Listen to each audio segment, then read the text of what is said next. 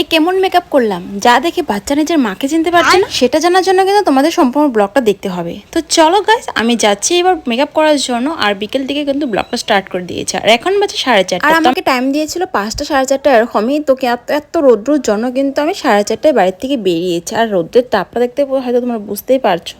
আর সবাই জানো, আমাকে নতুন করে বলতে হবে না কিছু যে রোদ্রের তাপটা কি পরিমাণে দিচ্ছে কতদিন ধরে। বাড়ি থেকে বের হওয়ার পরে একটা টোটো পেয়ে গেছে, টোটোর মধ্যে চেপে বসে পড়লাম। আর এই গরমের মধ্যে একা যাচ্ছে না, কি শান্তিটাই না লাগছে।